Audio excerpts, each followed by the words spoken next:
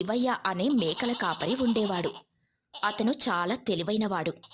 సమయం సందర్భాన్ని బట్టి నడుచుకునే వ్యక్తిత్వం కలవాడు. శివయ్యకు తండ్రి రాములు, తల్లి సీతమ్మ ఉండేవారు. ఒకరోజు శివయ్య స్నేహితుడు చిన్నయ్య శివయ్యతో ఇలా అంటున్నాడు. ఏంటి శివయ్య, మేకలు కాయడానికి వెళ్తున్నావా? అవునరా, వస్తావా ఏంటి నాతో? ఇన్ని మేకలు కాస్తున్నావు, నీకు భయంగా లేదా? భయమా? మేకలు కాయడానికి భయం ఎందుకు? అడవిలో నక్కలు తిరుగుతున్నాయంట, జాగ్రత్తగా ఉండాలి సుమి. అవునా, ఎవరు చెప్పారు? ఎవరైనా నక్కల వల్ల నష్టపోయారా? ఊర్లో ప్రజలు అనుకుంటుంటే విన్నాను. అయినా నాకేం భయం లేదురా, మేకల్ని ఎలా కాపాడుకోవాలో నాకు తెలుసు. నీ వయసుకి తగ్గట్టు చాలా తెలివిగా ఉన్నావురా. మేమంతా మేకలు కాస్తూ 10 ఏళ్ళవుతుంది, కానీ నీలా జాగ్రత్తగా మేకల్ని కాపాడడం నేర్చుకోలేకపోయాం. అయ్యో రామయ్య, మన పని మన చేతిలోనే ఉంటుంది. ఒక చిన్న తప్పుతో ఒక మేకపోతే అది నా బాధ్యత అవుతుంది కదా. అందుకే నేను జాగ్రత్తగా ఉంటాను. ఏ పని చేసినా మన చేతుల్లోనే ఉంటుంది. కాబట్టి చేస్తున్న పని చాలా తెలివిగా ఆలోచించి చెయ్యాలి. ఒకరోజు ఒక పెద్ద నక్క కొండవైపు వచ్చింది. దాన్ని చూసిన శివయ్య ఆలోచించటం ప్రారంభించాడు, ఏం చేద్దామని. కాని మిగతా కాపరులెవరూ గమనించలేదు. నక్క తన మనసులో, ఈ శివయ్య చాలా తెలివైనవాడు. ఈ ఊర్లో ఉన్న కాపరుల మేకల్ని చంపి తిన్నాను, కానీ ఈ శివయ్య మేకను తిననే లేదు. నేను ఈసారి శివయ్య కాస్తున్న గుంపులో ఒక మేకను ఎలా అయినా లాక్కుంటాను. శివయ్య తన మనసులో, ఏదో శబ్దం వస్తుంది, ఇది నక్క వాసనలా ఉంది. వెంటనే మేకల్ని కట్టేసి చిన్న బాణసంచ పెలిస్తే ఆ నక్క ఇక్కడి నుంచి ఎలా వెళ్ళదో నేను చూస్తాను. శివయ్య తాను తెచ్చిన సంచి నుండి ఒక చిన్న బాణాసంచ తీసి వెలిగించాడు. ఒరే, ఇవేం శబ్దాలు? నేను చచ్చేలోపు ఇక్కడి నుండి వెంటనే పోవాలి.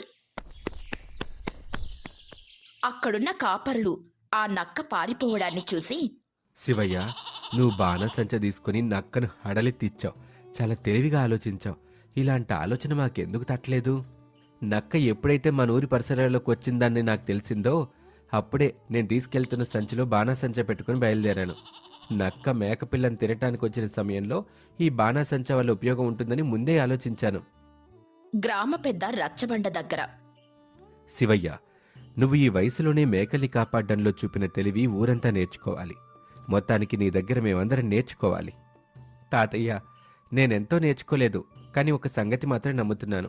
మన పని మనం ప్రేమగా జాగ్రత్తగా చేస్తే దేవుడు కూడా మనపై దయ చూపిస్తాడు. శభాష్రా. శివయ్య, ఇక నుండి ఊళ్ళో ఏ సమస్య వచ్చినా నువ్వు సలహా ఇవ్వటానికి సహాయం చెయ్యాలి, సరేనా? నాకు తోచినంత చేస్తాను తాతయ్య, మన ఊరి కోసం. ఇక మరుసటి రోజు ఉదయం, బాబు శివయ్య, నిన్న నువ్వు నక్కనెట్టా పారద్రోలేవో చూసాం. నీ తెలివి చూసి మేమంతా ఆశ్చర్యపోయాం. కానీ మేకలు ఎక్కువ అవుతున్నాయి. ఒక్కరికి ఇన్ని చూసుకోవడం కష్టం అవుతుంది, కానీ నువ్వెట్టా చూసుకోగలుగుతున్నావు? అవును తాతయ్య, కానీ నేను ప్రతి మేకను పేరు పెట్టేసుకున్నాను. అవి పిలిస్తే వెంటొస్తాయి. వాటిని నేను స్నేహితుల్లా చూస్తాను. అదే నేను మేకల్ని బాగా కాసే పద్ధతి. చాలా మంచిది బాబు. అయితే ఓ పని చేద్దాం. మన పక్కూరికి వచ్చే ఆదివారం జంతువుల తెలివితేటల పోటీలున్నాయంట. నువ్వు కూడా మేకలతో పోటీకెళ్ళు. పోటీనా? నాకు తెలియదు ఎక్కడ జరుగుతుందో. కొంచెం నన్ను కూడా తీసుకెళ్తావా తాతయ్య అక్కడికి? తప్పకుండా మనవడా, నీకో మంచి అవకాశం ఇది. నీ తెలివిని బయట ప్రపంచానికి చూపించు. ఇక ఆదివారం పోటీ దినం రోజు వచ్చింది. శివయ్య 5 మేకలతో ఊరిని దాటి పోటీ ప్రాంతానికి చేరాడు.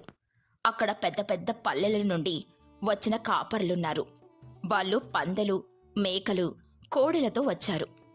పోటీ నిర్వాహకుడు ఇలా అంటున్నాడు, పోటీలో ఎవరి మేకలు ఎంత చాకచక్యంగా భయంకరమైన పరిస్థితుల్లో ఎలా స్పందిస్తాయో పరీక్షిస్తాం. శివయ్య తన మేకలతో మాట్లాడుతూ, పదండి, చందమామ, బుడ్డిదేవి, నలుపుగీత, పుట్టిగాడు, ముద్దుల తమ్ముడు, మనం ఊరి గౌరవం నిలబెట్టాలి, సరేనా? పరీక్షలు మొదలయ్యాయి. మొదటి పరీక్ష, మేకలు మంటలున్న దగ్గర నుంచి నమ్మకంగా నడవాలి.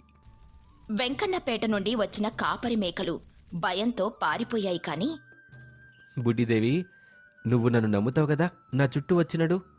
శివయ్య వాటిని గట్టిగా పిలిచాడు పేర్లతో.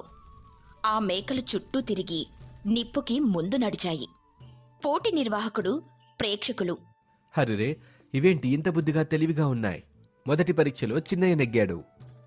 ఇక రెండో పరీక్ష, మేకల ముందు నక్క వేషంలో ఉన్న మనిషిని ఉంచి వాటి స్పందన పరీక్షించాలి. శివయ్య మేకలతో. చూడండి, నేను కాస్తున్న మేకలు, మీరు భయపడకూడదు, ధైర్యంగా ముందుకెళ్ళండి. శివయ్య మాటలు విన్న మేకలు వెనక్కి వెళ్లకుండా చిన్నయ్య వైపు నడిచాయి. ఇవే నిజమైన తెలివైన మేకలు. ఇవి మామూలు జంతువులు కావు, చాలా ముందు చూపున్నాయి. పోటీ ఫలితాలు పోటీ నిర్వాహకుడు చెబుతూ, శివయ్య మొదటి బహుమతి గెలిచాడు. పెద్ద వెండి కప్పు, 10,000 రూపాయల నగదు బహుమతి వచ్చాయి. శివయ్య గెలుపు తెలిసి ఆ ఊరంతా సంబరాల్లో మునిగిపోతుంది. తరువాత ఊరి పెద్దలు శివయ్యను ఆశీర్వదిస్తూ ఊరి పిల్లలకు పాఠాలు చెప్పమన్నారు. శివయ్య పిల్లలకు తన రోజువారీ दोस्तों अगर आप भी बेस्ट ईयरबड्स ढूंढ रहे हो तो सुनो ध्यान से। मैंने मल्टीपल प्लेटफॉर्म्स कंपेयर करने के बाद लोएस्ट प्राइस और लाइटनिंग फास्ट डिलीवरी सिर्फ పనులు మరియు జంతువుల బుద్ధి, ప్రేమ, జాగ్రత్తల గురించి చెబుతూ ఉండేవాడు. ఇవాళ మన ఊర్లో పిల్లలు చిన్నయ్యను గౌరవంగా గురువుగానే చూస్తున్నారు. ఇది మన ఊరికి గర్వకారణం. చిన్నయ్య కేవలం మేకల కాపరి మాత్రమే కాదు, ఒక మార్గదర్శి కూడా అయ్యాడు.